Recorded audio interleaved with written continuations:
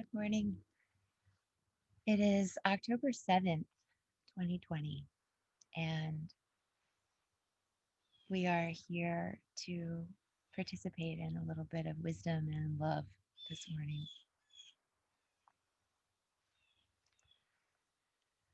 Last week for me was hard, got really hard, and I've been noticing that in this really challenging time um, for us as a society and for us as a planet, um, the planet herself being in despair seemingly, and in my personal life having been going through a lot of challenging transition, I've noticed that when the rock bottoms come, man, they feel really all encompassing.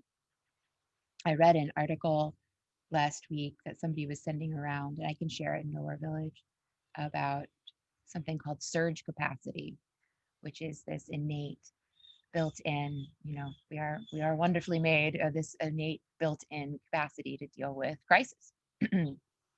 And it beautifully explained why the sort of 6 weeks right after um, COVID hit the United States in like mid-March, why I didn't sleep very much. I was working a ton. I seemed to have ceaseless energy. This is that surge capacity.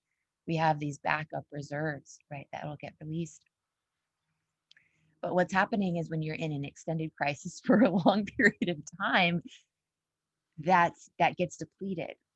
That surge capacity runs out. And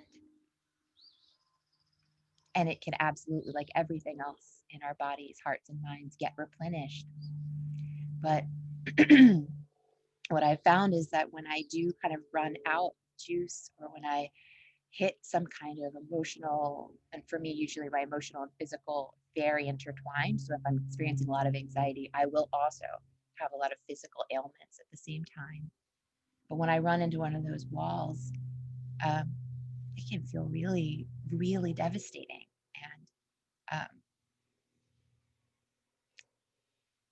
And sometimes the care that I require now is a little greater. So I gave myself a few days to really not be online. Sorry if anyone's looking for an email from me from last week. I'm still catching up, but I really, really needed to take good care. And I just wanted to start by sharing that with you guys and letting you know that this is happening for all of us, or at least most of us, in some way or another, hitting these walls and discovering that maybe we don't have the capacity for things that we did before, that we're not, our bodies aren't handling uh, certain diets the way that we were before, that maybe we need more sleep than we did before, and to allow ourselves to give permission to receive that information without judgment or shame, and to act on that information by giving ourselves good care. And so for me, that looked like a lot of sleep, because I was in such a habit of working, even through exhaustion. I had to give myself a juicy fantasy novel, something just totally like plot driven and fun to like keep me in bed at first until I got the hang of it. And then interspersed with really long walks with friends. And since then, I've just been going to bed nice and early and trying to keep up the being outside, even if it's chilly, and going on long walks, and watching my diet. And so far, I'm feeling leagues better, but I could feel myself tipping into a place where that just my body wasn't going to be able to handle. I often say that all of these practices are about realigning with the rhythms of nature. And actually, Joseph Campbell says this, that all ritual, all human ritual, is about um, returning the human rhythm back to the rhythm of nature. And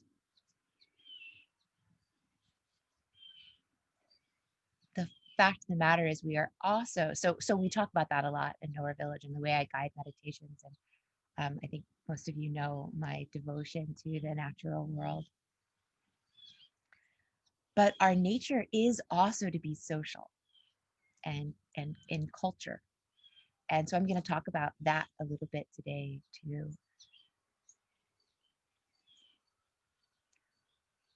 When I was in that space of just sort of being like very physiologically depleted, it was pretty much impossible to be, for me, to be really getting in touch with sort of my vision, what we were talking about last month, and my mission, which I've been talking about, which I'll be talking about this month. And only once I sort of really attended to the the really most basic needs, right? So this is also part of our design, is that the reptilian brain takes over when it's actually a life or death, a physiological life or death matter, right? When we get into that place.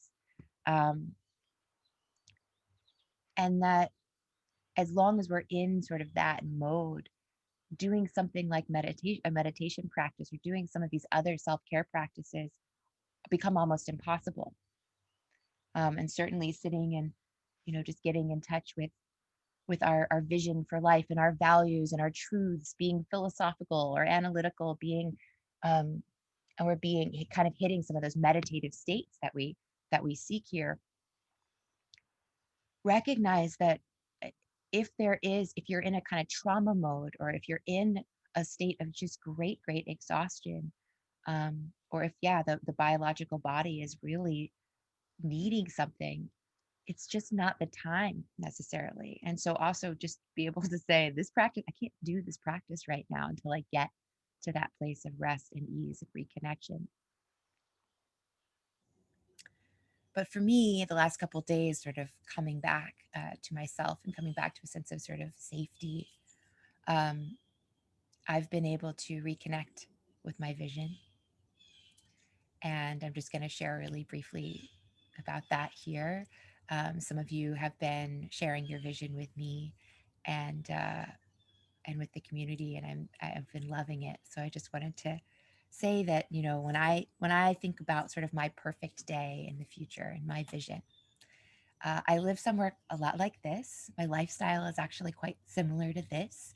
A beautiful place in nature, very simple living. I live in this right now just for like less than 2 weeks left.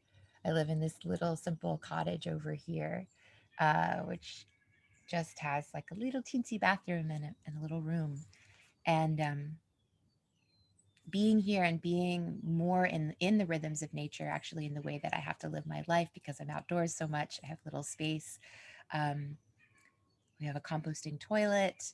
Um, there's a bunch of other things too that, and I've also just had to be the caretaker. So it's made me really aware and not take for granted all of the conveniences, right? I lost hot water for a few days and had to figure out how to get that back, these kinds of things. But I actually have been really enjoying how much it keeps me from being from taking for granted the conveniences and comforts, um, and keeps me in appreciation of them and keeps me humble. It's really keeping me in the now that the days are shorter. I'm inside in that little cabin and going to bed a lot earlier.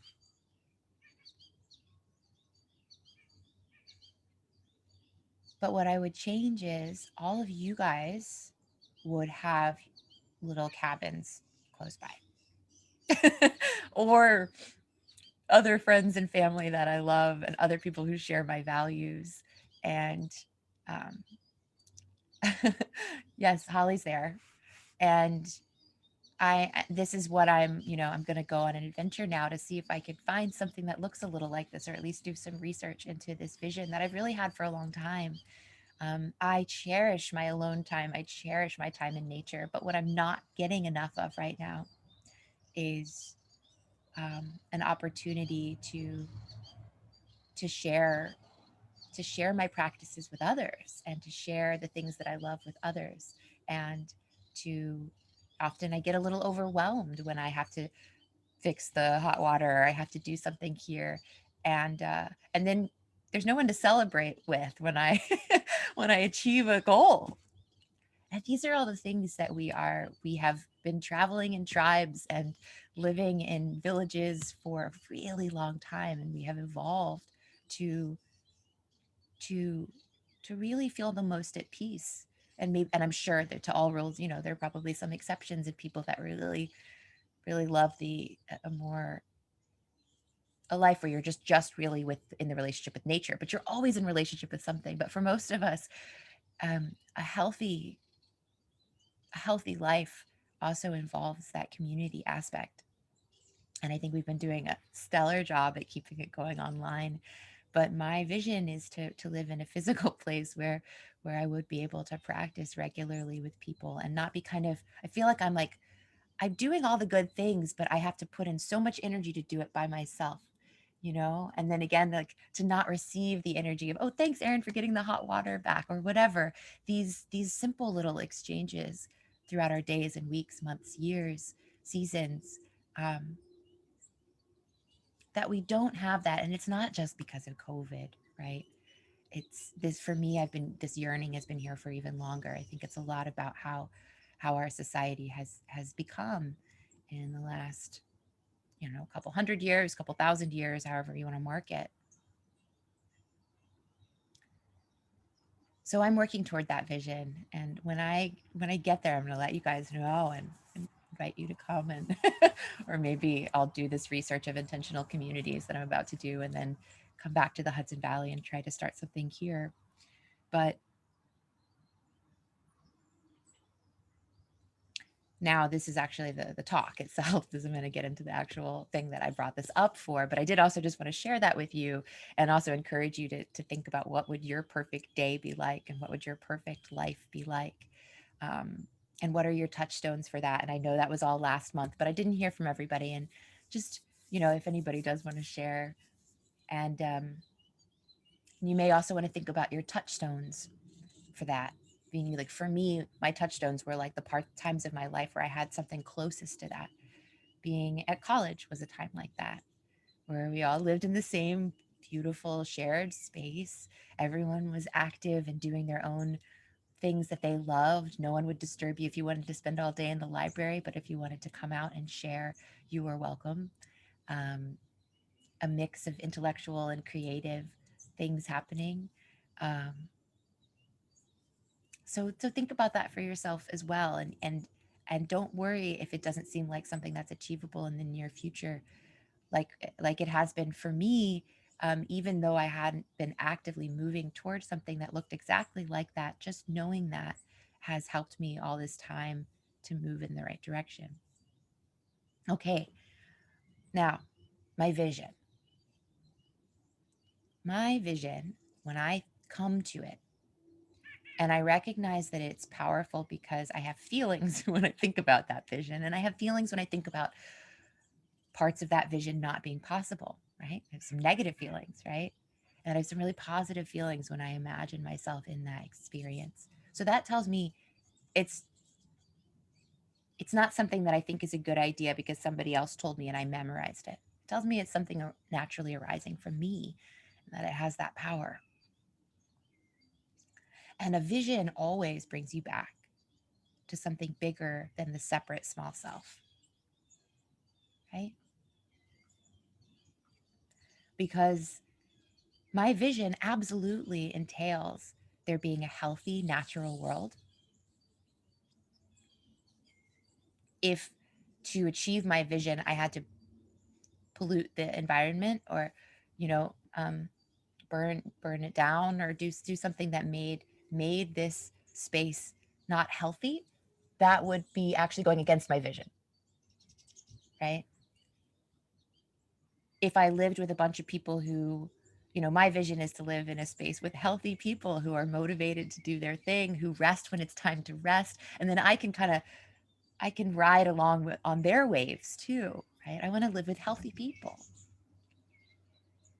So that means that for my vision to come true, actually brings me back to the realization that I'm not I'm not alone, I'm not separate, and that my happiness and health can never be achieved from the perspective of me being separate. We live in a time right now where some people are horribly destitute, horribly oppressed and disempowered, and then others, and these people, coming from a place of that's exasperating, right? That'll send on your reptilian brain, and you are gonna just go try to get what you need to survive. This isn't this is not an okay way for some of the people, right, in our community, in our larger community, to be, right?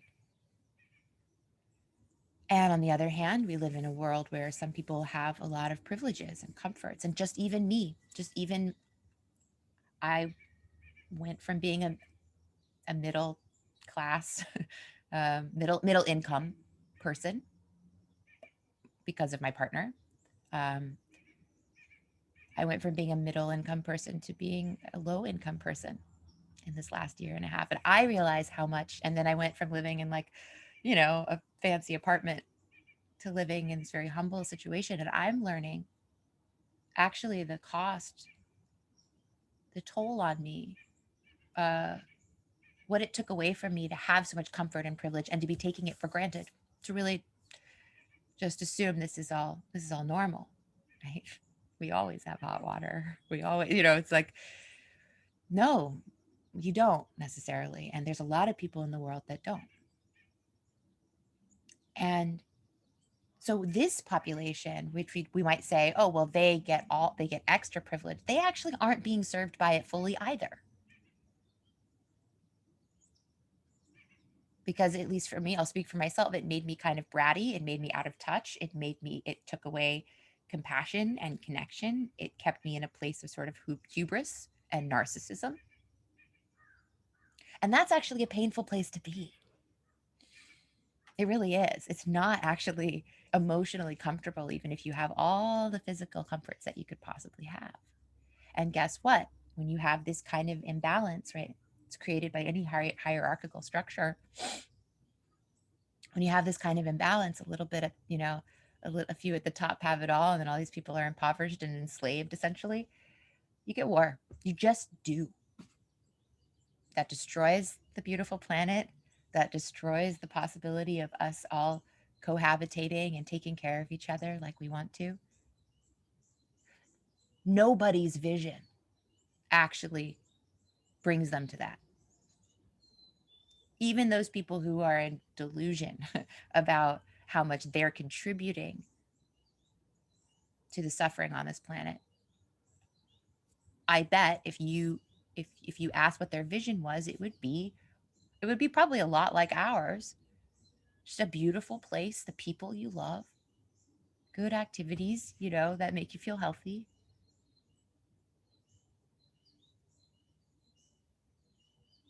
And what this tells me when I contemplate vision or any of the other coordinates, and the coordinates just means basically these big inquiry questions that we ask here. What are my values? What is my truth? Right? What are my real sources? Who am I really serving? What are my fears? And what's my vision, and what is my mission? Now, all of these ultimately bump us right up against this truth. I am not separate. And every single person of all different shapes and sizes and income brackets really actually comes back to very similar things if they really do that inner work, if they can put down ideas others have told them and really look. That to me is hopeful.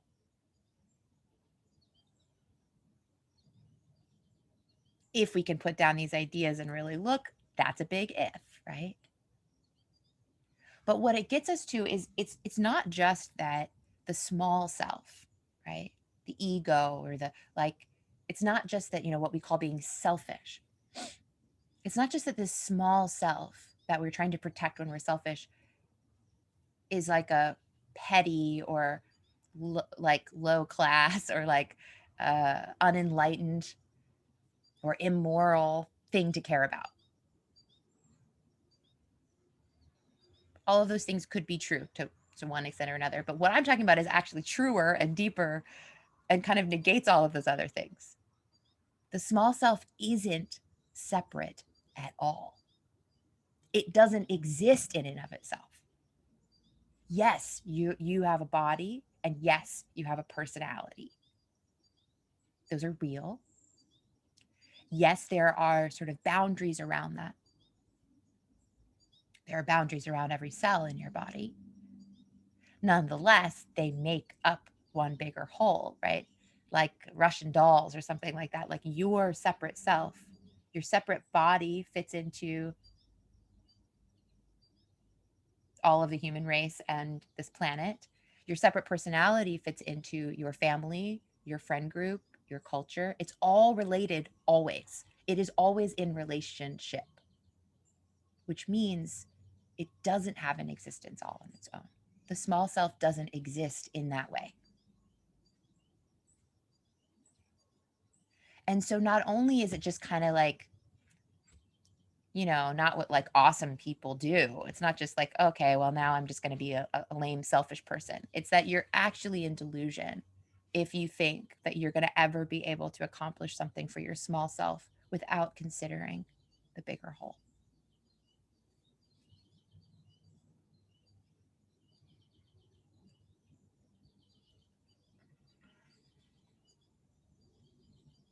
So our body belongs to the natural world. Okay, and this is we're gonna just now dip into some couple little themes uh, that we're going to kind of pick up some themes that we were talking about before my retreat, but you'll see. Okay, so your body belongs to the body of the world.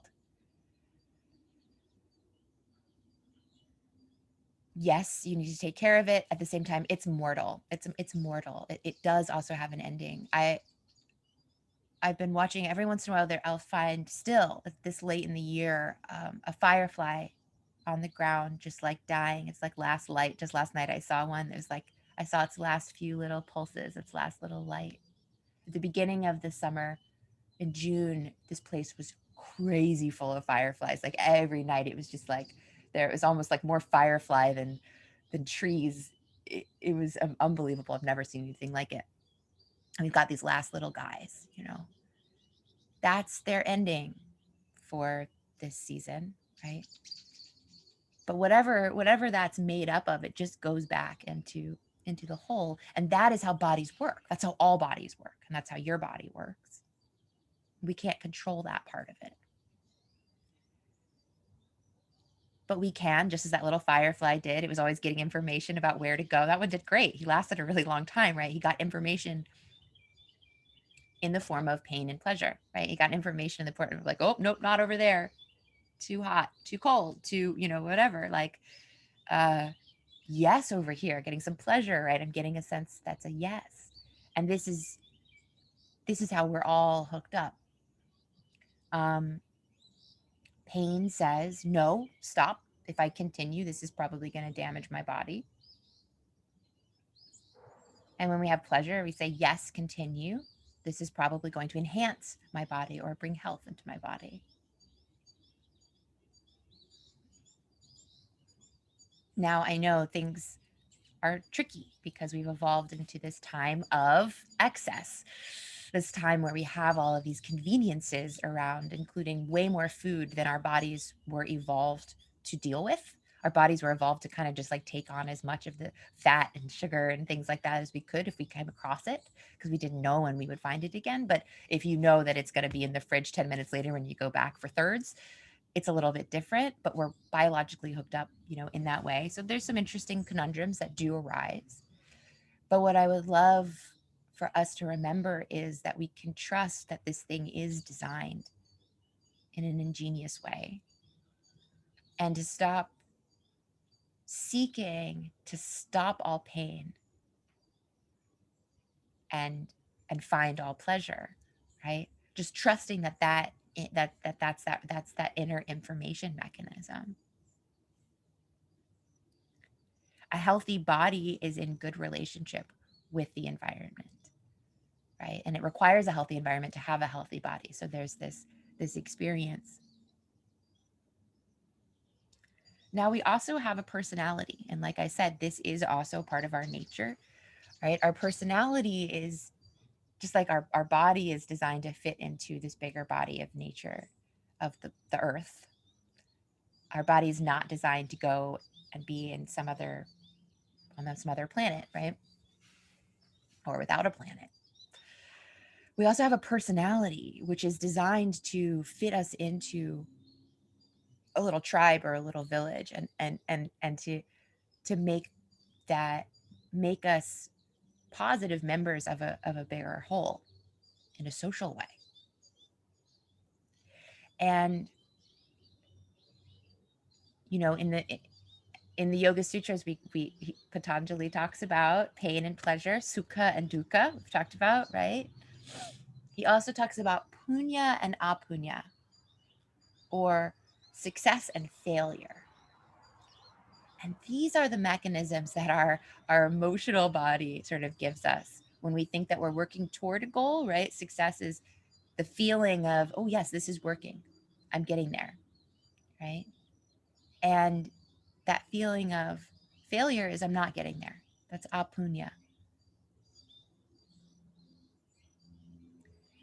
And you know, if in order to be, so in the Yoga Sutras, he brings this up to tell us that well, a few different things, but that our suffering is caused not by pain and not by failure, not by dukkha and not by apunya. That actually these things are just part of how we learn. That's it. We're don't make the mistake, right? That's suffering. Suffering is when it comes from getting stuck on pleasure or pain, getting stuck on failure or success. Because then what's happening is we're giving those things permanence,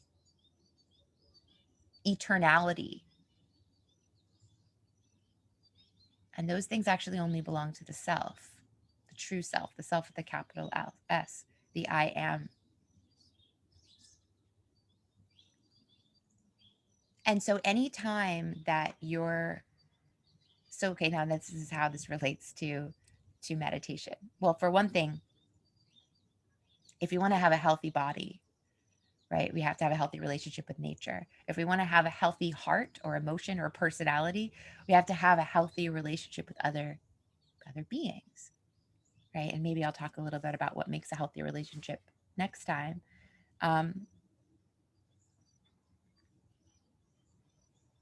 But the reason why this connects back to meditation, why it's so important, is because meditation is the time when we associate with the big self, when we come back into our center or our source, when we come back into the truest nature. And from that perspective, we can see that all of the physical pain, right? Like I was feeling so much physical pain last week. And I was feeling emotional pain because I was also feeling like a failure, right? I was feeling like I wasn't getting my work done because I couldn't. But getting all of that information and learning how to just take that information and just shift, make little shifts in how I'm going to respond, rather than being attached, right? To trying to make myself feel pleasure again, trying to make myself successful again. The only way that we can really see this is from the stance of the witness, the one who isn't attached or identified, the one who doesn't think that any success will last forever. I could, I'm always looking, I always want there to be, I want to do more, I want to do greater things. But however wonderful I am in 100 years, 1,000 years, 1,000,000 years, who cares? And I don't mean that at all in a dismissive way. Like, I'm going to continue to do the best that I can because I'm hooked up, right, to want to keep growing and striving and evolving. But what gets in the way every time is I'm going to either get stuck on failure or pain, or I'm going to get stuck on success or pleasure. And this is why all the teachers say, we have to go beyond the body and beyond the personality.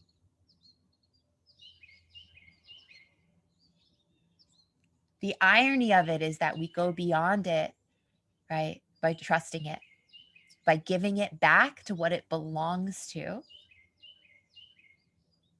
My body belongs to nature, right? This personality, yeah, she belongs to a society. She makes sense in relation to that. I also have experiences that are not about my body or my personality. Those are meditative experiences. Those are very deep connections to what one might call spirit.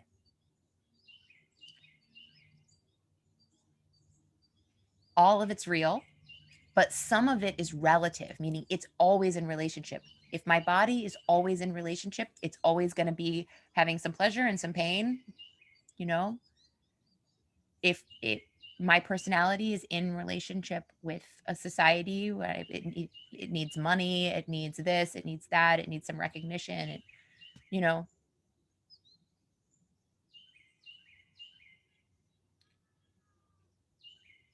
great. That's real. That's real. And I will have to deal with all of those things. And I do. But the problem is if I get stuck there, I get attached and identified. And I think that Aaron exists in some kind of permanent way. And so the teachers say, let go of the body, let go of the personality when you meditate. And notice, watch for yourself. Every single thing that comes up is either going to be something that says protect or promote the body or protect or promote the personality. If you find something else that it's telling you to do, please do it. And it could, of course, be an extension, like protect the body of my offspring, which we are, again, biologically designed to want to. That is us, right? So notice, right? Like when you are being distracted from meditation, or when things come up, what are you attached to? And remind yourself that's not going to be here forever. But guess what? Something is, and that's awareness, spirit, energy. And that's what we come back to. And everybody knows this experience. That's the thing. You too, right? I'm not like I'm not special, but you have had experiences where you're in that no self. We call this nowhere village, right? A bunch of people willing to say, I'm not just this personality. I'm not going to fight everybody in order to put a flag up on behalf of my personality or my nation, which is, again, just a bigger personality, bigger body. That I can come back to that no self.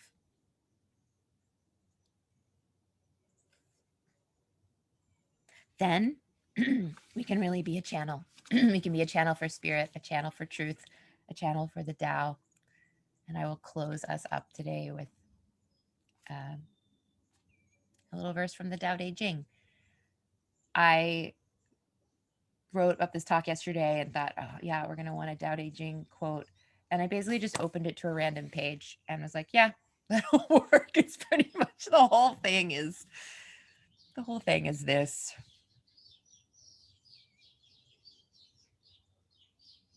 Okay, I'm gonna again, I could just read you the whole book, but I won't. I'm gonna read you